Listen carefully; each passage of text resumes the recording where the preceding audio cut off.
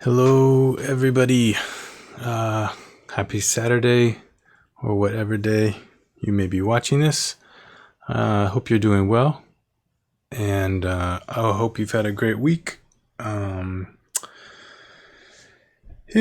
guess let's get right into it. If you've got any comments or questions, just put them in the live chat, and I will hopefully see those. Or if you're watching this after the fact, just leave me a comment and I will hopefully see it then and get back to you. Quick plug, I am definitely available for music lessons. Hit me up and we can have like a little consultation about what you are wanting to learn, what you are wanting to accomplish. And I will, tell you what I think about that, how I can help you, and we'll go from there. It's a money back guarantee. So if you are not happy with what we work on, I will refund you all of your money. No problem. So don't be shy about reaching out. If you've wanted to, if you're a songwriter and you've wanted to release some music and you needed a little bit of extra help doing that, I would love to collaborate with you on that and get something out into the world. Or if you're somebody who's just completely beginning and want to know how the guitar is tuned, I would help you out with that too. Or if you want to talk about some more advanced stuff, some harmony, some harmonic series stuff, I'm totally into that. Can talk about some Harry Parch. But anyways, just reach out to me. Let me know how I can help you. And in the same way, these videos for everyone, please let me know how I can help you. Comments and questions are the easiest way to convey what I can do to help you advance your music. So without further ado, I will give you my screen capture here. So let me pull up the mixer.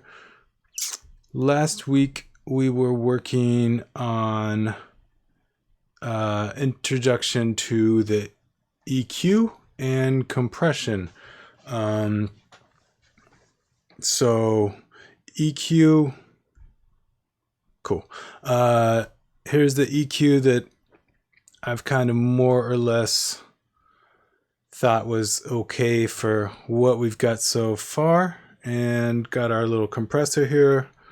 I'm using the stock plugins in Logic just because you don't need everything to be perfect when you're starting out. I think I said it last week. Do the best you can with what you have, where you are. So if you just got yourself a DAW and it's got some plugins, use those plugins, learn those plugins. It's the time spent learning your tools that's going to make you a better craftsman, as opposed to accumulating a lot of different tools. So got our EQ, got our compression. Let's hear what we got so far.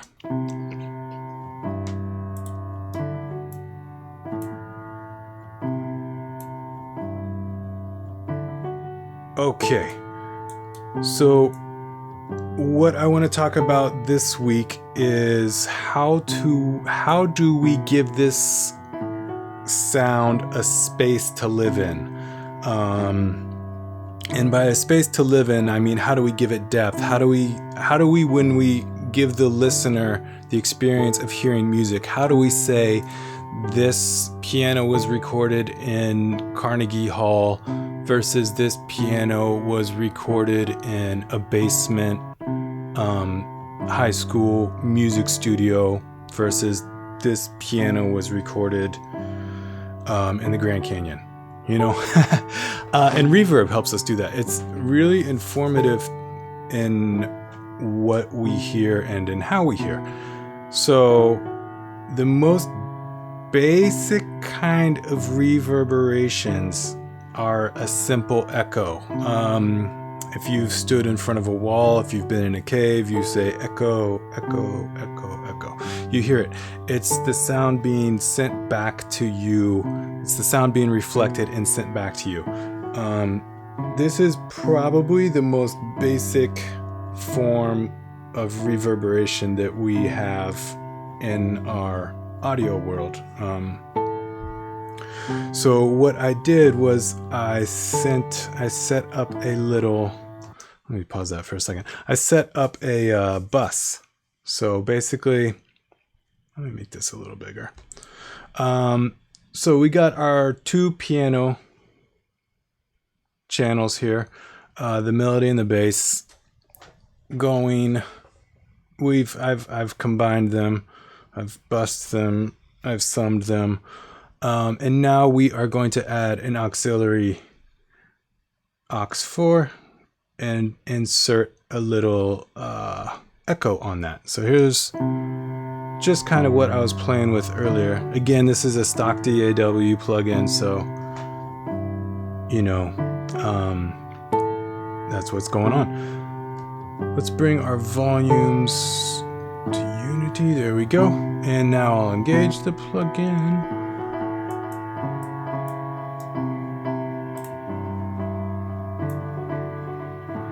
So immediately you can hear the information being repeated back to itself. This is the rate or the speed that it's coming back. So we've got dotted eighth notes. We can make it bigger.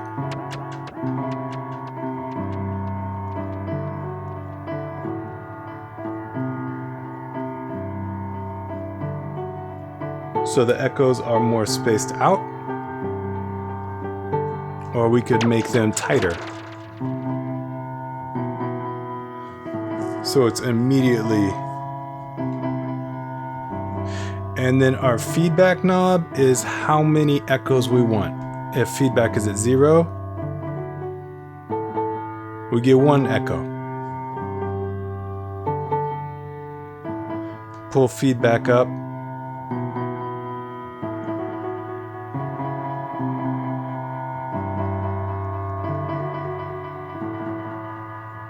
So I hope that makes sense. I'm going to drag this down a little bit. So one of the cool things about this is, in addition to like just helping provide depth and provide information in terms of our listening environment, we can also use it as a creative function to maybe, you know, add something that was not there before. So, you know, this I'm going to loosen this back up. Okay.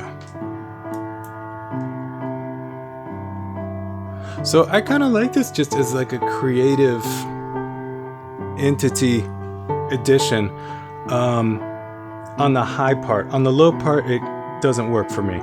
So we've got a couple options. The first thing that we can do is we can filter out the lows, which I've added an EQ before the echo. Let's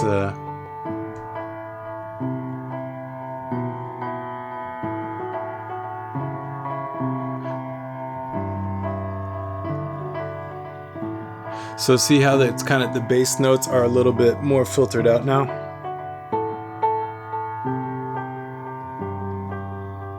And you're only getting the high-end echoes. So that's kind of like a cool little creative thing. And then we can just adjust how much signal we're sending to the echo, either right here, just by turning this up and down, or kind of what I've been into lately is putting this at 0. And I guess I should mention, hang on. Sorry, I should mention that this this send I have post pan.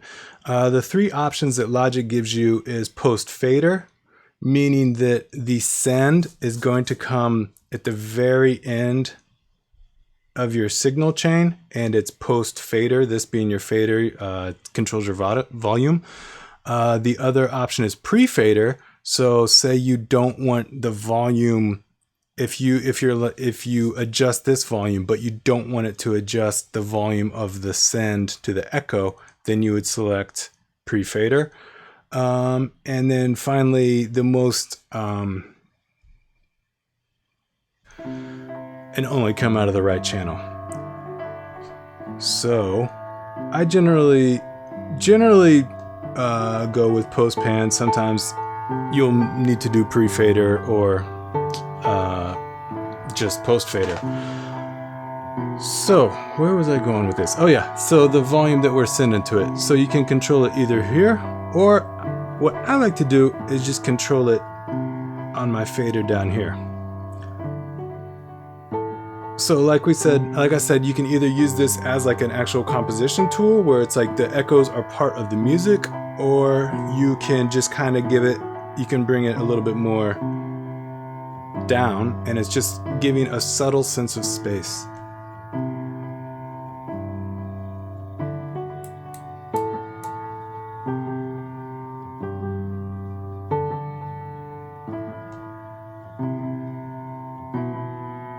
You can barely hear it, but check the before and after.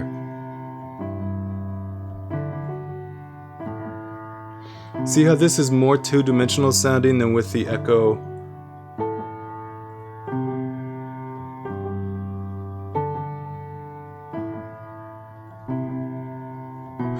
Cool. So like I mentioned, echo is probably the most basic form of reverberation. So if you're just starting out here, I would say play around with the more basic stuff to get comfortable with how that functions and how that relates to your mix and the space that you're trying to create. I guess echo, Logic calls it echo. Delay is another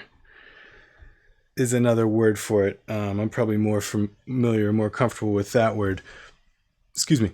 So you can create a sense of reverberation with a delay. So delays are definitely your friend.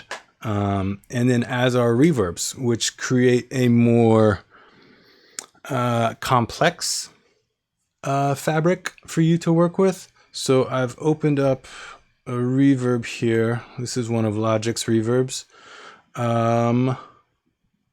Let's go ahead and apply this, and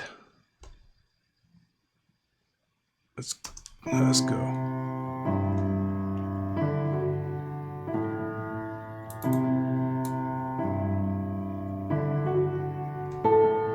So we got our decay, which is basically how long the reverb lasts. That's pretty constant in all reverbs, I believe. Let's see here. Closely related to that is the size of the reverb. Each reverb is going to have their different settings. One thing that I do want to mention for sure is that when we have our reverbs as set up as send tracks, that's how we call them, because we've got a send here. We're sending this information to another track, and then we're affecting that track. It's a send track. So we want to make sure that our wet is 100% up, as in the entire signal is being affected by the reverb. Can put the dry all the way at 0, because our dry signal is going to be just this. And then so our send is going to be 100% wet. This is a good way to set up your reverbs and your delays as separate send tracks, because when you start adding more and more tracks to your project, you're going to want to adjust them to different volumes, and it's a great way to send a lot of tracks to the same processor. It's efficient. So another thing that I wanted to mention about reverb right quick, like right here, I've got this set on the concert hall piano concert preset. Reverbs you can definitely learn a lot from by just going through the presets. They will really give you a lot of information. I'm a big fan of going through presets just to kind of get a sense of what the processor is doing, how the effect works. And reverb is very, very complicated, as they all are. So going with a preset it's easier to go with a reverb preset than an EQ preset for me. But if you're different, that's totally cool too. So in this reverb, the subjects are like the main headings are ambiances, chambers, effects, probably special effects, cave, weird space, wobbling. There you go. Halls. So those are like recital halls, concert hall, brass hall, vocal hall, punchy room, space. These are probably physical locations. Yeah. And synth reverbs. Okay, cool. There's chambers. There we go. Chambers is just kind of like, to my understanding, they're just kind of like they're similar to rooms, but they're maybe a little bit more sterile, maybe. And plate reverbs are another common reverb, but I don't see this here. I felt like I saw one, but I don't know where it went. Plate is just old school reverb, giant metal plate that would hang in the bottom of the recording studio. The recording engineers would send audio down to it, and it would have microphones on the plate, and it would pick up the audio, and the audio would be vibrating this plate, and so it gives kind of a nice metallic, maybe a little bit more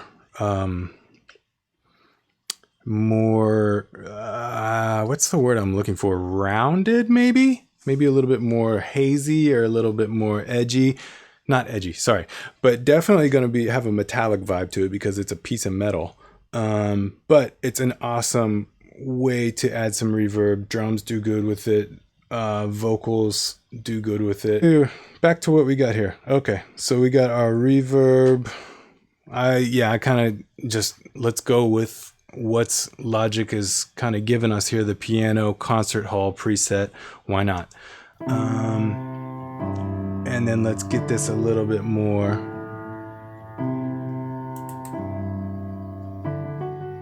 Whoop.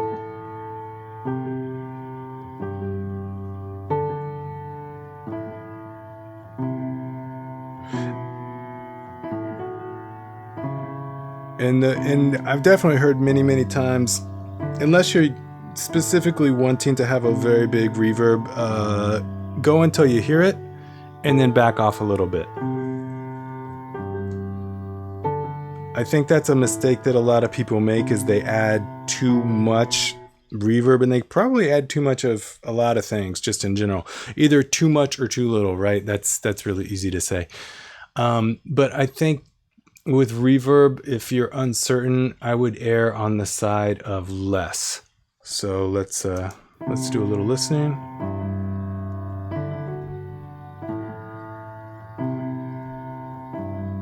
That's a bit much, especially if you're going to add delay. Let's put our delay in here as well.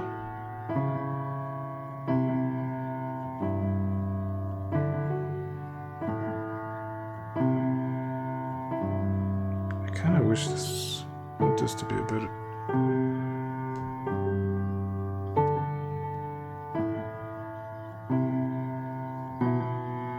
Nah. Maybe feedback up.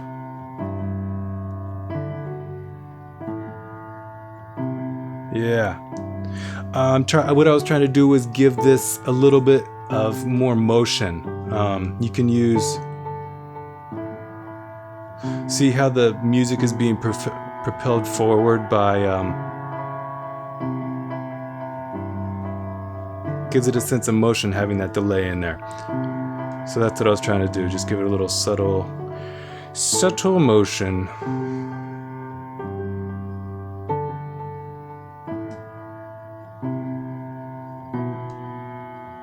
And also I want to send my delay to the reverb.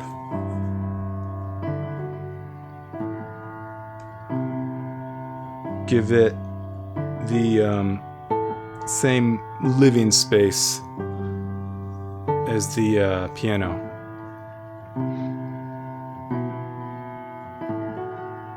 I kind of like this.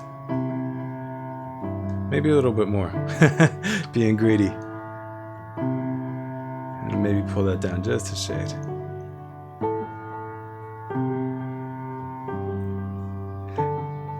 It's kind of got more of a vibe now than it did before. It's not as dry. It's got more depth to it. So those are a couple of tools that you can use. Cool. Those are a couple tools that you can use to give your mix more depth, more layering. When we're mixing, pan obviously is right ear versus left ear. So if you hear something on the right or you hear something on the left, that's pan. And then reverbs and delay kind of give you a sense of they're another dimension. It's like front to back. So I really like visual arts. So like painting, if you see a painting and it's got a really, was what we're going for. So I hope that was helpful. There's obviously tons of resources out there. If you want to check out some more stuff, just Google reverb tutorial or delay tutorial, what have you. So I'm going to try to sign off here. I was hoping to keep this under 20 minutes, getting close. Again, reach out to me in the comment section if you want to do some private one-on-one stuff. I would love to help you. So I hope everyone has a great rest of their day, and I will see you all next Saturday, same time, 2 p.m. We'll work on the music. Thank you, Exploring Soul with Anne Marie. Have a great day, guys. I will see you later.